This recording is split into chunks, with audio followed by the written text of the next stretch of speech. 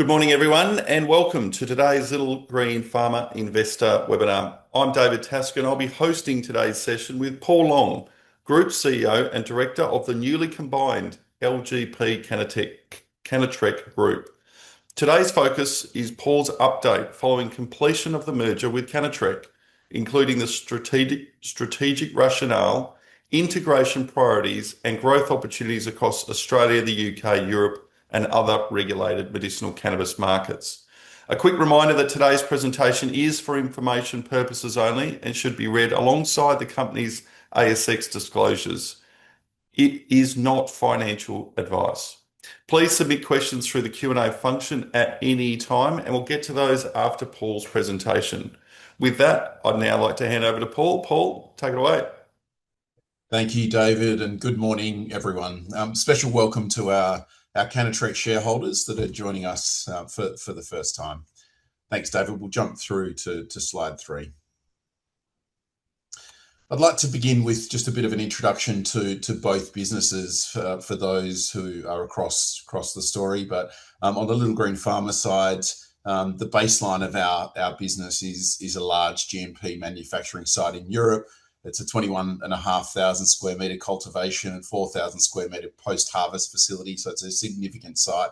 We acquired that from Canopy Group just over 4 years ago now, and we own that site almost debt-free inside the current environment. So it's a significant site, just 2 hours from the German border, and one that we have already invested significantly in, and really we have an opportunity now under the new LGP Cannatrek framework to really scale up that site itself. Our European footprint on the Little Green Pharma side has been significant across 11 different countries, but a real focus on Germany, France, UK, Italy, and Poland. And Little Green Pharma have been the biggest supplier, in fact, one of the only suppliers into the French trial, and that is anticipated to roll into a full registered framework later this year. On the financials, Little Green Pharma last financial year reported a $36.8 million revenue with an adjusted EBITDA of $2.9 million. 4 brands across 33 different products in the Australian market. We also had and have a craft indoor facility in Busselton in Western Australia. On the Little Green Pharma front, one of the things that we've done over the last 9 years has been invest into the clinical side of our pathway, and that has borne fruit in terms of how the data we've been able to capture. And I think in this more heavily regulated markets, we're starting to see in some markets that will hold us in good stead.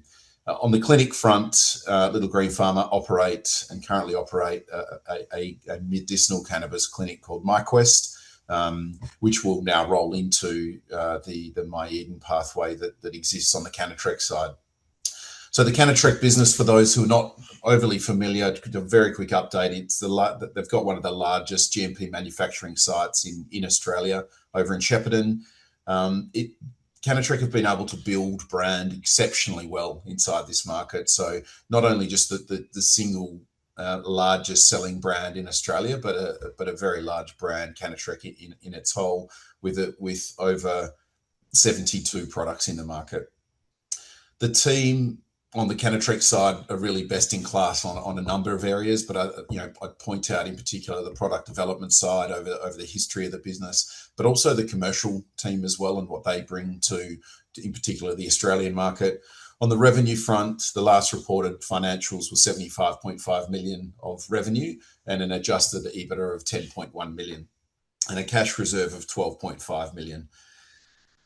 The distribution business is a B2B business for Cannatrek called Greenship, and as I mentioned, the clinic My Eden is in a similar size and scale to MyQuest, which will provide an interesting opportunity for us to scale into that operation here in Australia.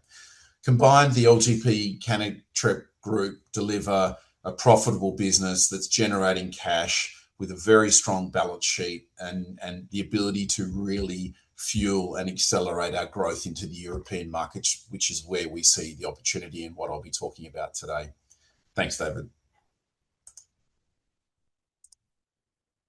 If we jump in and have a look at the financial overview at a really high level, and these are our pro forma numbers, and obviously we'll be reporting to the market what our numbers look like as that happens in the coming quarters. But from a pro forma perspective, it's a really strong position. So a combined FY25 of 112 million of revenue, 13 million of EBITDA, 15 million of cash at the date of the merger, and 136.7 million in net assets, made up of 85 million from Little Green Pharma in assets and 51.7 from the Cannatrek side. So clearly this slide here is something that significantly sets us apart in this market. I think if we look at scale and the consolidation piece that we've been able to pull together from Cannatrek and Little Green Pharma, this slide really emphasises our ability to capture scale now and deliver and fuel the growth up into the European side of the business.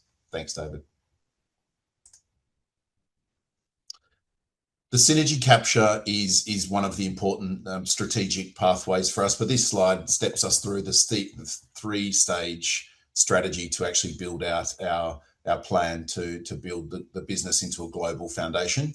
So phase one really is in the next 3 to 6 months, and these are really our high-level core focuses as a business. So completing an operational integration through our post-merger integration team has so far been very, very successful and on time, and will continue in this period. Capturing the synergies inside the business that exist will be critical. So we believe that'll be north of $3 million, but that will certainly play out in the coming months.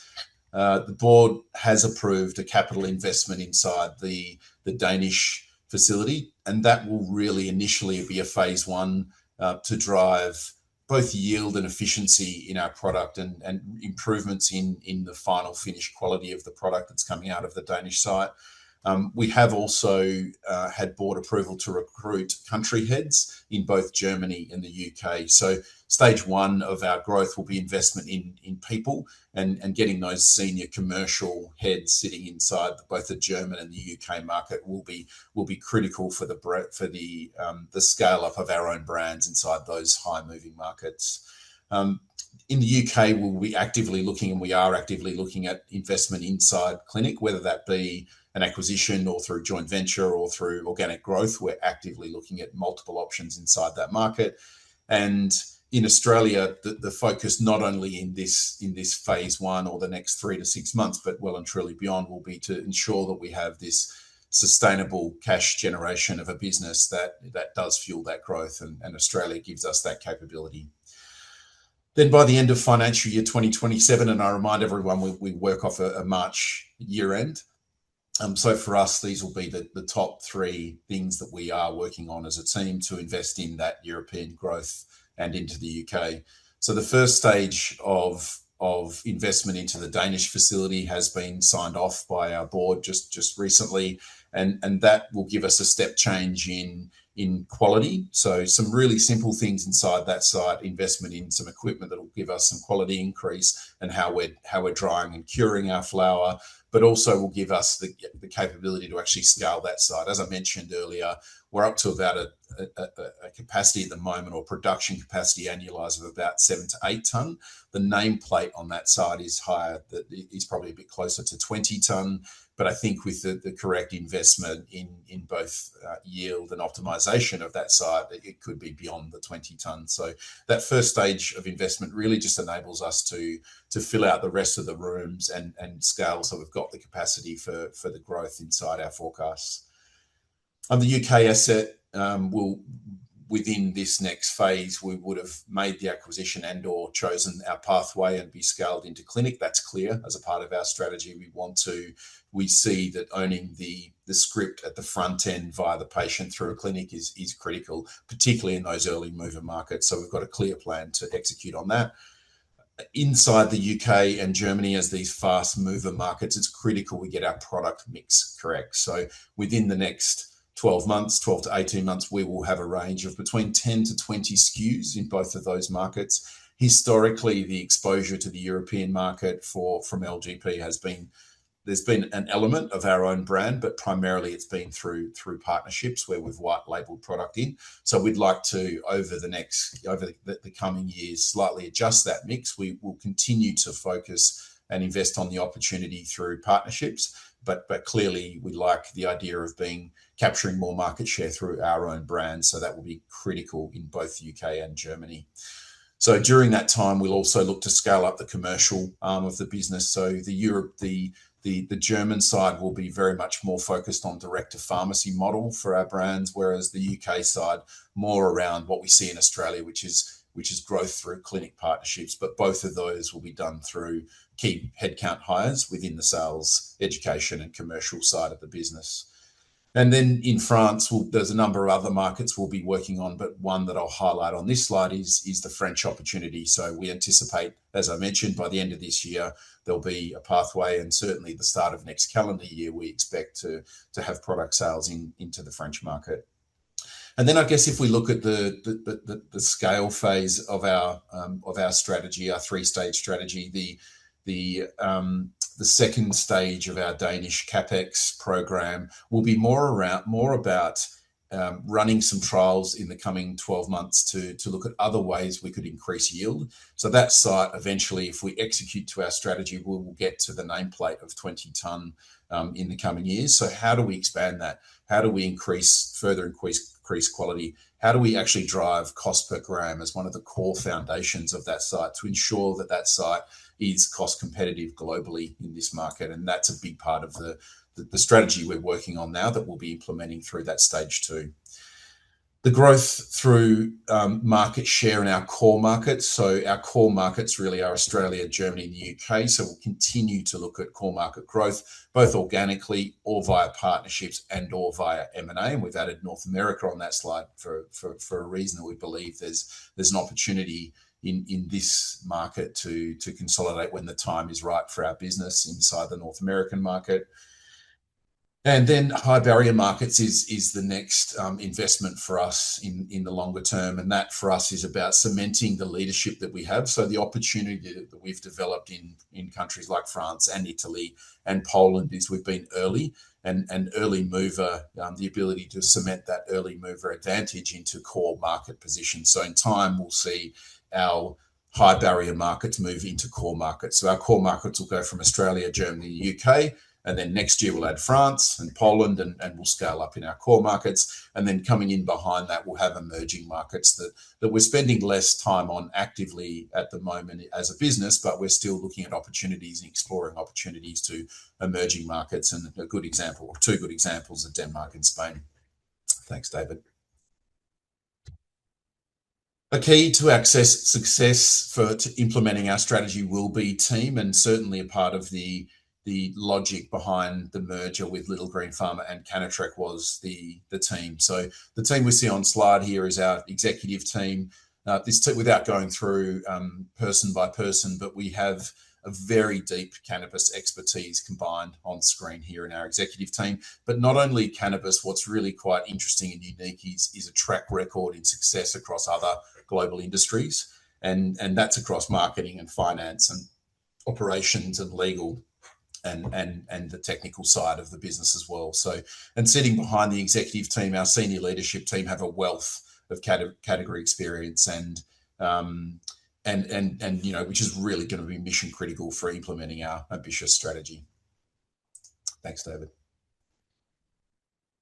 So as I mentioned previously, our core markets are Australia, Germany, and the UK. So I just wanted to spend a couple of minutes on this slide talking about where we see these opportunities. So firstly, Australia, this is absolutely our core. This is a big market, $1 billion in sales by the end of calendar 2025 is a very big number. And we can see that number, we can see the size of that market. But I will emphasize is that we have seen a bit of a slowing of that market. So that means that the strategy needs to be slightly different and focused on scale and consolidation. Hence, one of the reasons why the merger made a lot of sense inside this market as well, is because we can see if we remove ourselves from the cannabis industry and say what happens when we see emerging industries moving from a shakeout period into a period of maturity, we typically see that 3 to 5 businesses dominate sort of 70 to 80% of the total market. So we clearly have put our hand up and said we want to be a consolidating business. and in the Australian market, whilst we think that the top line growth for the overall industry is slower in Australia, we still see a significant opportunity for us to continue to drive our strong market position down here. In Germany, there has been a really big expansion in the last 18 months, and that was driven by the April 2024 Cannabis Act. There are some regulatory headwinds inside the German market with the MedCanG changes potentially coming inside that market. But we've leveraged that growth inside the German market as Little Green Pharma now for the last couple of years. Primarily, as I mentioned earlier, that's been done through partnerships and white labels. So we've delivered significant tonnage into the German market under other brand. For us, that's a core part of the operation. And for us out of the Danish side, we have the capability and scale to continue to do that. And it also enables us to bring our average cost per gram down, which is mission critical as we enable and grow our transition inside our forecast and budget to drive more own brand. So that'll be both Little Green Pharma and Cannatrek brand portfolios inside that German market. The UK is a really interesting one in that it is now following you can see now it's following a similar curve to what we saw early on in Australia. So it's off a very low base, but the most recent data shows that there's 140,000 patients now inside the UK market. So what's interesting about this opportunity, it really does feel like the time is now. So the timing of this merger, the timing of our investment in growth capital up into the UK market is really mission critical. I'll expand a little bit more about that on the next slide. Thanks, Dave. So the way we look through our strategic framework is through these 6 key pillars that we can see on screen now. And so pillar 1 of these is just a pure rigorous cost management view on the business. And this is, I can't emphasize this enough, in that this in our industry has perhaps been under looked at across multiple businesses. So what we deliver, what we can deliver, the track record of the business, the track record of the incoming team that we've seen from the Cannatrek side, we believe can deliver pillar 1. And pillar 1 enables us to fund our global ambitions for growth and shareholder returns. So mission critical that we're absolutely focused on our cost management and resource optimization. And so it's a big part of what the team are executing here in Australia. Pillar 2 is about scaling our European advantage. And so our Danish side is one in which it is the biggest site in Europe. It's the biggest cultivation and manufacturing site in Europe. I'd like to describe where we on the Little Green Pharma side got that site to with the investment and capabilities we had, we got that site to scale up to 7 to 8 ton, and it was producing decent quality flower that the market was accepting through growth, in particular in the German and some into the UK market. But our advantage moving forward is the capability to take this site to the next level, to scale this site up to 20 tonne and beyond, to scale this quality up to a 8 or 9 out of 10, and to scale down our cost per gram as we do all of those things. So it's a huge driving force and a pillar inside our business that's implementing that. In Australia, as I mentioned, there is certainly a slowing down of top line growth inside this market. So there is a bit of a hold serve strategy under pillar 3, but we still do believe that scale and consolidation is important. We still believe there's some white space in products, so innovation through new products and accelerating clinic growth with our 2 clinics in My Eden and My Quest coming together and implementing a strategy inside pillar 3 to continue to own our own pathway through clinics. And sustaining our leading market position is really critical to the future strategy in pillar 3. Pillar 4, winning in Europe, is really where the big focus of our strategy is, and I've spoken in this presentation about this. But for us, inside the European market, it's absolutely about gaining talent, clinic expansion, and bringing product to market as well would be the key, particularly through those early mover markets. So the established markets of Germany and the UK, those early mover markets, France, Italy, and Poland, is we're spending less time and less investment in those markets. However, we've got a unique opportunity, particularly in countries that require dossiers for submission, and France is a really good example. Poland's another one, where the detail of what's required to submit a dossier and get product registration we're one of probably only a small handful of companies in the world that have got that capability at the moment. So we'll continue to exploit those opportunities through that capability.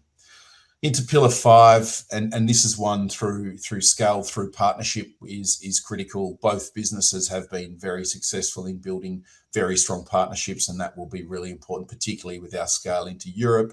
But M&A is other really interesting opportunity, and for a couple of reasons. I think the track record and experience of M&A now on both sides, both businesses have effectively and efficiently brought other businesses in and scaled them in through integration and successfully scaled those businesses. So that's clear. And I think that the team we have both at an executive level and a board level give us the capability to confidently look at M&A opportunities when the time is right for the business. And I certainly emphasize that. But we do believe that our market is in an interesting opportunity where there are some really interesting and reasonably priced M&A opportunities in this market over the next 12 to 24 months. And pillar 6 is one that I think is really critical, and we've elevated this into our strategic framework recently around using data and technology to outperform. I think the investment in this space means that we can really push ahead in terms of how we see the market, how we view the market, how we react to opportunities, both here in Australia and up in Europe. Thanks, David. So the last slide here is just pointing out the key 5 catalysts for our value creation as we scale the business. And so for us, as I've mentioned, is profitable foundation and self-funding. Our base for investment into sustainable growth is actually very unique inside this market. Building synergies to materialize inside the business are critical. So I mentioned before that we expect more than 3 million.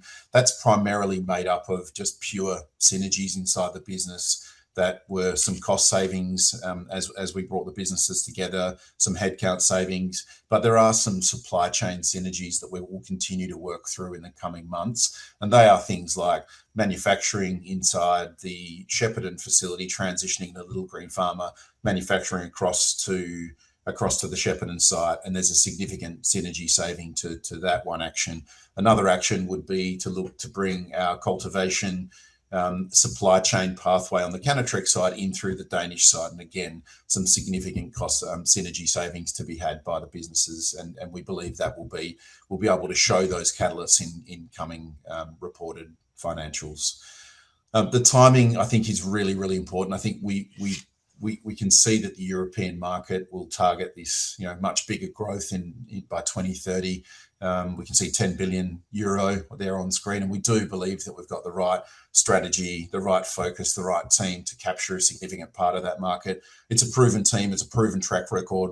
We have got a big part of the Australian market. We know how to drive brands inside these new markets, and so for us, the timing feels really mission critical for our value creation. The team, as I've mentioned, have a very deep expertise and combined knowledge, both external and internal to the market, and with that absolute focus on cost and management control.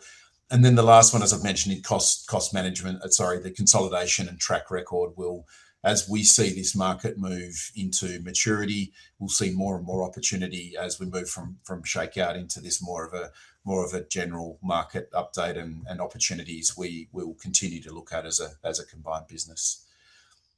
That's a summary today, and I hope there's a few questions that have come through, David, and very, very happy to take them on board. Thanks, David. Thanks, Paul. Great presentation and a stack of questions. So we might just jump straight into them if that's okay. Yeah, of course. So in terms of the Denmark CapEx, what exactly is the quantum, phasing and expected returns? And then probably more importantly, can the business fund it out of working capital? Yeah, sure. Yeah. So there's a couple of stages. So stage 1 is just under 2 million of investment. And really that is the simple efficiencies to sort of scale up. So one of the examples is a soft touch trimming machine that we'll be purchasing, and that should, in theory, bring down our costs in that site with headcount. But it also gives us room conversions just to scale up. So we've got a couple of rooms that we'll just convert with the other rooms, which gives us now the ability to scale up. So that sort of 1.8 million has been approved by the board and will be progressing.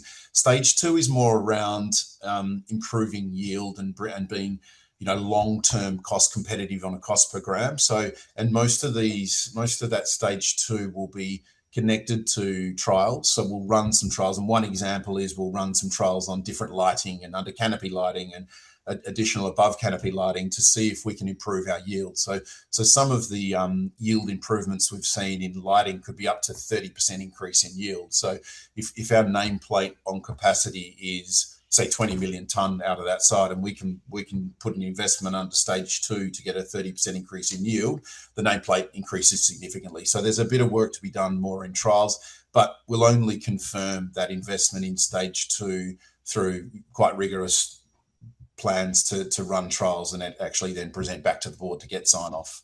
And sorry, second part of that question was, can it be funded? Yes. It can be funded out of working capital. So at merger, we had 15 million, and we're a business that's generating positive cash flow. So we're being very conservative on how we're signing off on these things, and we do have the capability. And I'd also mention that we've got significant capacity for debt if required as well. We're seeing a lot of Canadian groups coming into Germany, coming in or even expanding in the German market, having over time left that market. So they definitely see the opportunity in Germany. Why do you think LGP and Cannatrek are going to win in this market? Yeah, so we are. I think there's definitely there's some interesting changes coming. There was some news just a few days ago, actually, on the importance within just one of the jurisdictions in Denmark around the importance of GMP pathway. So a lot of the Canadian products coming in as GACP flour which is not GMP flour, it arrives non-GMP, and it's being essentially packed off as GMP into that market. Now that is a pathway, but the recent news came out of one of the territories in Germany. It was the Hesse State Office for Healthcare, and they significantly tightened or indicated a tightening of that GACP pathway. So our Danish GMP site is, as I said, 2 hours from the German border, EU GMP product that we can deliver into that market. So I think that could be interesting if we see some changes inside the German market in particular. The other interesting thing about our site is that it arrives in pharmacies within days. So from harvest to post-production to then delivery from site, it can arrive within days, whereas a lot of the Canadian products is weeks and if not months before it hits the market. So we are driving that message, and we're getting quite a bit of positive feedback on time from harvest to delivery to the patient is one of the unique advantages.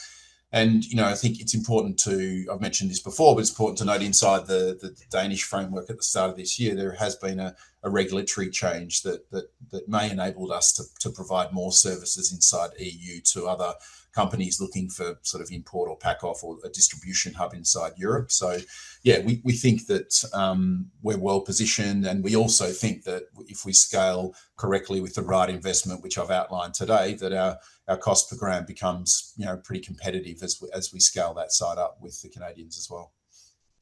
You mentioned in your presentation, and there's a few questions on this, $3 million of cost synergies.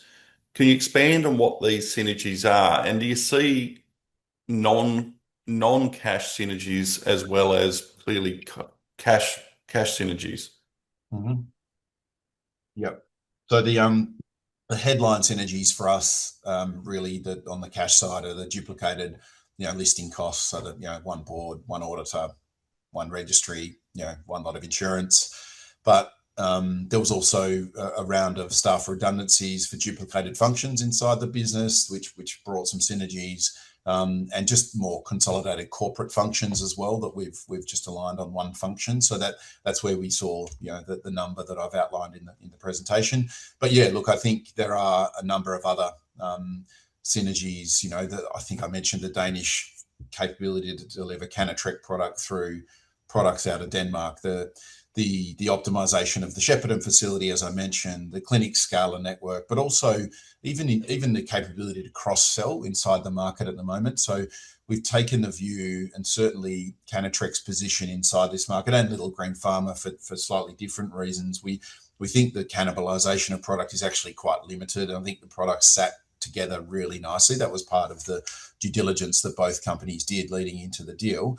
And we can now see that opportunity. We've got, if not the biggest, I think it is the biggest education and medical science liaison team now in the Australian market, and the ability to sort of cross-sell. There's some really interesting opportunities through clinic partnerships, as an example, that don't have Little Green Pharma products on their formulary that we can scale into. So we should expect to see those opportunities, particularly down here in the market, for sure. Probably a bit of a tough question, but you probably had to expect it. Why don't you think the market is rewarding the deal, and what are the re-rating catalysts? Yeah, look, I think probably my thoughts and overall comment is that I think the market will reward us for delivery, not just announcements, and we're very much head down and focused on delivering results for shareholders, and we think that will follow. I think the timing of the deal around towards June and some tax selling off played a role. There was definitely, whilst we had a decent amount of the register in escrow, there were some smaller holders on the Cannatrek side, I think, that had been sitting in a private vehicle. So, it's obvious that we would have a bit of pressure from that. I think the value creation is still in front of us. So I think, it's about obviously showing the market, delivering to the market, showing what we can do. And I think the catalyst, the second part of that question, the catalyst for our, for reward would be, an increase in share price would be, we could showing the market that synergy capture. So, through the data, I think, investing up into the Danish site and having this absolute focus on cost per gram and actually showing a measurable capacity increase will be important. And, I think, traction under our own brand will be really, really critical. So particularly those high moving markets, the focus markets of Germany, the UK, and bringing on those key people and driving our own brand inside those markets are really important. And, I do think we'll, even on the white label side, we'll continue to see some really interesting catalyst opportunities in some of the discussions we're having at the moment. So I'd certainly be watching out for a few of those. But I think, the rarest of attributes in our industry probably is our ability to self-fund our growth, and I think that will continue to be one of those key catalysts. So I think the message is on the share price. We're all vested in this. We've got a board that's vested, a team that's vested. We understand the importance of share price, and particularly under our strategy for M&A. We know that is critical, and we know we want to capture shareholder return, and we know we want growth. The overall market has been challenging, and for us, I think if we continue to deliver results, not just make announcements, I think we're building a business that we think we can build long-term value for shareholders. And how quickly do you think those synergies will start to be realised, and how proactive will you be in informing the market as those synergies are being realised? Yeah, I think the synergies, the dollar synergies will be captured by reported financials, David. So I think as those synergies become available, the financials are reported, we'll be reporting those to the market. And then as we update the market on the broader synergies, if there's anything that's obviously material to the market, then we'll be reporting that to the market as we need to, immediately. But I'll continue to run regular presentations back to our shareholders to inform them of how we're progressing with the catalyst to those synergies. And in terms of the Shepparton facility and capacity, is that underutilized, or is there some efficiency gains there? There's definitely scale opportunity there. So on the Little Green Pharma side, we use third parties at the moment for a percentage of our manufacturing pack off, our GMP pack off in Australia. So we're in the process of transitioning that across. But even from there, there's quite significant opportunity in scale. And whether that's under our own brand or whether that's for third parties offering that service as well is something that we're looking at quite actively at the moment. But yeah, the scale there is significant. It's a wonderful site. I think it's if not the biggest, one of the biggest in the Australian landscape, and the investment made in particular of the capability through the Schedule 8 safe is just enormous. So yeah, I think there's more opportunity now, and as we continue to look at consolidation opportunities, the bolt on into that side is just obvious. You touched on during your presentation the potential, as part of your strategy, potential for further M&A and partnerships. Is the immediate focus the integration of the two businesses, or are there already opportunities you're watching? Look, we're definitely looking at opportunities that, like I said, the timing has to be right, and part of that, we have to look at our current market cap and position to ensure that a deal would make sense for us. But we are actively looking. It's a core pillar of our strategy. But the absolute focus at the moment is post merger integration and growth inside the European market. So it's been roughly a month now. The strategy has been built. We're working with our team now to sort of go bottom up and implement that strategy. The way in which I run will implement the strategy within the team will be a 12-month plan, but broken down into 90-day cycles around execution. So very, very execution focus. The absolute focus is on business implementation. But yeah, we'll continue to always look at opportunities, because I think there's a moment in time in this market where the global markets are undervalued, and there certainly feels like opportunities out there for sure. Now, I don't want to put you into a forecasting position or breaching any of the listing rules, but there are quite a couple of questions here in relation to dividends. So, Cannatrek paid dividends the last 2 years. Is that something that the enlarged business is looking at, or does it have other priorities for its cash at the moment? Look, I think it's not something we've discussed yet. We've had one formal board meeting, to be honest, so it'll be on the agenda. But if we look at our growth strategy, I think the investment in the growth opportunity would provide significant shareholder return for us inside that European growth strategy. So that will be an absolute core focus. But yeah, look, I think it's something that will be addressed at a board level, and at the right time, we'll communicate that back to shareholders. And in terms of current sales and projections on how the business is going, how generally, obviously, I don't want you to forecast, but generally, how are sales tracking? Yeah, roughly on track, David. I think the Australian market, as we mentioned, has been a challenging market across the board. So we've been roughly on track with what we expected inside the Australian market.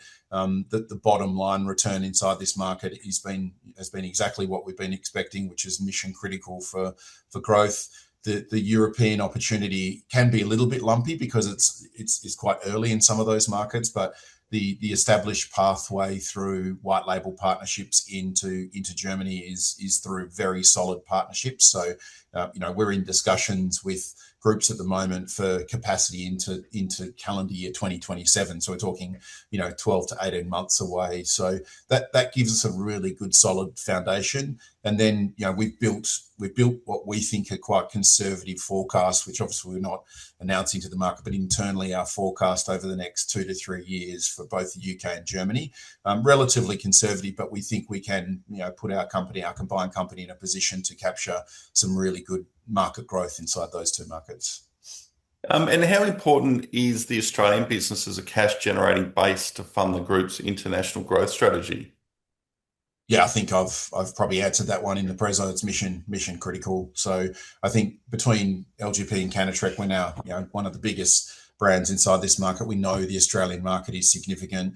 The opportunity to continue to capture bottom line return to drive the growth is absolutely critical. I can't emphasize that enough. That's why pillar one of our 6-pillar strategy is absolutely focused on that, and why for me personally, the incoming Cannatrek team and their ability on the finance and execution side to drive the discipline around that pillar is just mission critical to the future of the combined business. There's a couple of questions here around people, and you've touched on it broadly in the presentation and even in your answers there. When you bring businesses together, there's always hard decisions and there's headcount losses and the like. How well do you think that integration is occurring? And then how do you gel the team and the board to drive the business forward? Yeah, I mean the deal to get to where we got to a month ago to close the deal, it was a relatively long journey, probably longer than we all would have liked. But what it did do is at a senior board level really tested out the culture and the relationship. And I think we came out. You come out of those processes with a few bruises, but we came out super strong and very, very well connected. So that's been a huge advantage. And then as we then go to the layer of our teams, I wouldn't say it surprised me, but it's been the synergy between the team, the connection on culture has been quite phenomenal, actually. So I think, yes, we had to make some difficult decisions to as the businesses came together, and that's never easy, but it was those were the right decisions where we had double ups. And yeah, we think we've got best team in market, and for us around how we pull that team together and implement a strategy and understand what our values are and drive for growth is critical. It always has been under my leadership at LGP. And in fact, I'm on a plane to Melbourne today, and we've got a day tomorrow where we're pulling the broader senior team together to ensure that we're all aligned on team strategy, values, mission, and vision. So that's mission critical. And what does the group headcount look like now? So the total headcount in Europe the Danish site's just under in the 40s. I think about 45 headcount. We've got 3 people in the Berlin office, but we'll be scaling that up to 5 or 6 or 7 pretty soon with that investment. And on the Australian side, I think we're sitting at a similar number as Europe, so around about the 50 headcount in Australia. What we did do in Australia is we took some synergies on. What we decided not to do was take away anything particularly from the medical science layers on the sales side. For us, that's critical, and that share of voice out there in this market, particularly a market that's not growing kind of double digits for the industry. It was mission critical that we captured and maintained and actually grew our share of voice out there with doctors. So we've kept a really solid team out there. May not be able to answer it, but I'll ask it anyway. What are the plans, if any, for the production facility in Busselton? Yeah, so I think we announced to the market last year that we were working with a third party to essentially support the manufacturing. So that party has actually transitioned that site now into a craft facility. So we own the property, and we own it with just a very small amount of debt now, and we continue to take product from that third party down there. The transition to craft has now happened, so our first range of craft products are about to hit the market, or maybe they just have. And so these products are akin to the genetics that have come out of North America. That they're 21-day cold cured, they're hand trim only, and placed in beautiful glass jars. So it's meeting the end of the market where the higher dollar per gram in a retail sense or in a patient sense sits. And given that site only has a nameplate capacity of, call it 1.3 ton, it has to sit in that zone where it's in that craft, or in that sort of $13 to $15 retail is where that needs to sit. So that transition has happened, and from our side, the partnership down there is really strong. The quality of the flower is great, and we really look forward to seeing how those new products go in market.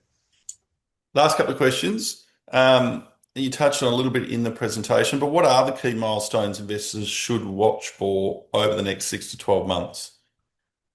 Yeah, look, I'd certainly captured in that last slide. So I think that we'll see synergies flow through, and for us, there's an absolute kind of focus on delivering, not just making announcements.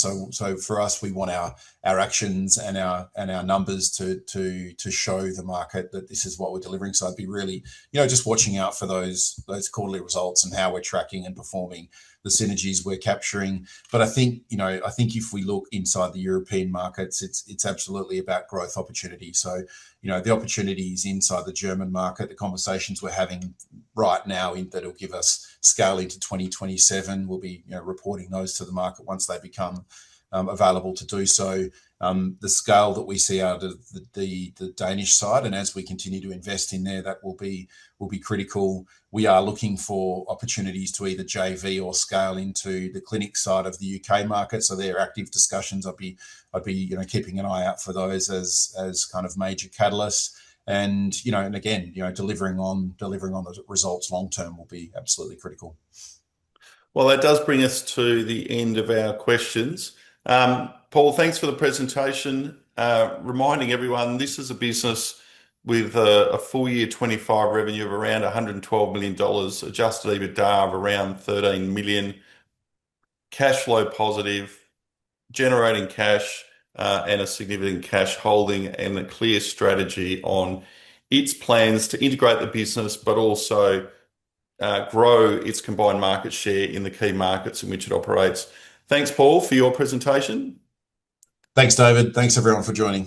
And thanks, everybody, for joining today. This presentation will be sent out to everyone and available via the Little Green Pharma website in the coming days. And we look forward to watching the business execute on its integration and growth strategy over the coming months. Thanks again, everyone. Have a great day.